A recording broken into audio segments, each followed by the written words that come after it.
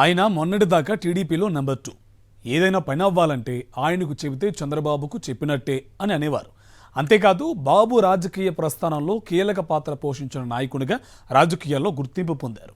ఆయన మరెవరో కాదు, మాజీ స్పీకర్, మాజీ మంత్రి యనమల రామకృష్ణుడు. ఆయన ఎమ్మెల్సీ పదవీ కాలం పూర్తయింది. రానున్న రోజుల్లో రాజ్యసభ సభ్యునిగా జాతీయ రాజకీయాల్లో సత్తా చాటాలి అనేది ఆయన కల అని చెప్తున్నారు. అయితే ఆ కల కలగానే మిగిలిపోతుందని ఆయన అనుచరులు చెప్తున్నారు.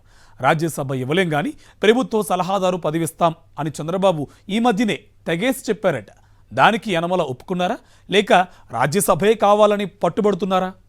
తెలుగుదేశం పార్టీలో మొన్నటి వరకు నెంబర్ 2 స్థానంలో ఉండేవారు యనమల రామకృష్ణుడు. చంద్రబాబు టీడీపీ వ్యవస్థాపకుడు, పిల్లనిచ్చి రాజకీయంగా అండగా నిలిచిన మామ ఎన్టీఆర్ కు వెన్నుపోటు పొడిచి ముఖ్యమంత్రి కుర్చీని లాక్కున్న సంగతి అందరికీ తెలిసిందే. ఆ ఎపిసోడ్లో చంద్రబాబుకు అండగా అప్పటి స్పీకర్ యనమల రామకృష్ణుడు నిలిచారు. దాంతో చంద్రబాబు పని చాలా సులువైందని అప్పట్లో రాజకీయ విశ్లేషకులు అభిప్రాయపడేవారు. తదనంతర రాజకీయ పరిణామాల్లో చంద్రబాబుకు నమ్మిన బంటుగా యనమల గుర్తింపు పొందారు. 42 రాజకీయ చరిత్రలో 6 సార్లు తుని నుండి ఎమ్మెల్యేగా గెలిచిన యనమల 2009 ఎన్నికల్లో తొలిసారిగా ఓటమి చెందారు.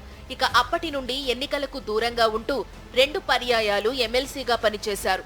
మార్చి 27తో ఆయన ఎమ్మెల్సీ పదవీ కాలం పూర్తయింది. ఇదిలా ఉంటే రాజ్యసభకు వెళ్లి జీఎంసీ బాలయోగి, ఎర్రన్నాయుడు మాదిరిగా జాతీయ రాజకీయాల్లో చక్రం తిప్పాలనేది యనమల ఆఖరి కోరిక అని ఆయన అనుచరుల ద్వారా అందుతున్న సమాచారం.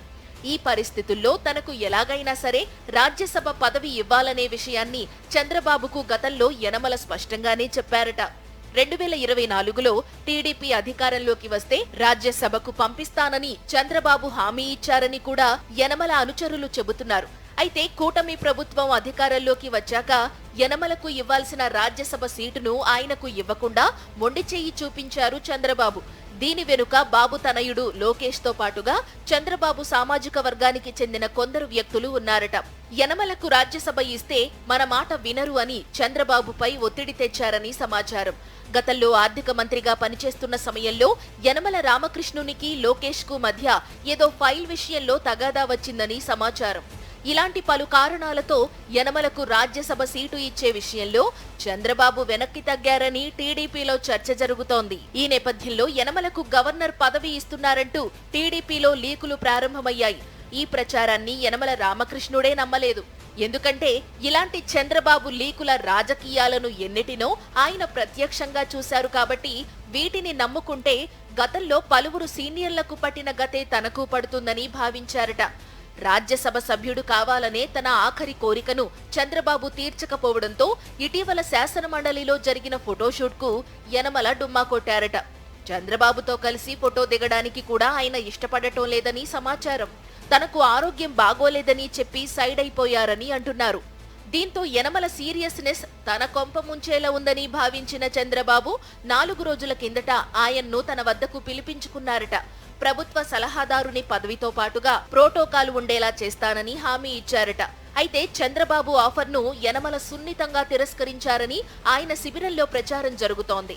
ఇస్తే నా స్థాయికి తగ్గట్టుగా రాజ్యసభ పదవి ఇవ్వండి, లేదంటే రాజకీయాల్లోంచి తప్పుకుంటానని చంద్రబాబుతో తెగేసి చెప్పి అక్కడి నుండి వచ్చేశారట యనమల. దీంతో బాబు ఎటూ తేల్చుకోలేక మౌనంగా ఉండిపోయారని అంటున్నారు. ఆ మధ్య కాకినాడ సెస్ భూముల విషయంలో రైతులను కేవీ రావు దోచేశారని పేర్కొంటూ యనమల రాసిన లేఖను లోకేష్ తో పాటుగా చంద్రబాబు సామాజిక వర్గానికి చెందిన కొందరు వ్యక్తులు సీరియస్ గా తీసుకున్నారని సమాచారం. అందుకే యనమలకు కీలక పదవి ఇచ్చే విషయంలో వారు మోకాలడ్డారని టీడీపీలో చర్చ నడుస్తోంది. మొత్తం మీద ఒకప్పుడు టీడీపీలో చక్రం తిప్పిన యనమల ఇప్పుడు ఆ పార్టీలో జీరో అయ్యారని ప్రస్తుతం జరుగుతున్న పరిణామాలు చూస్తే అర్థమవుతుందని రాజకీయ పరిశీలకులు భావిస్తున్నారు. మరి యనమల టీడీపీలోనే కొనసాగుతారా, లేక రాజకీయాల నుండి తప్పుకుంటారా అనేది తేలాలంటే మరికొంతకాలం వేచి చూడాల్సిందే.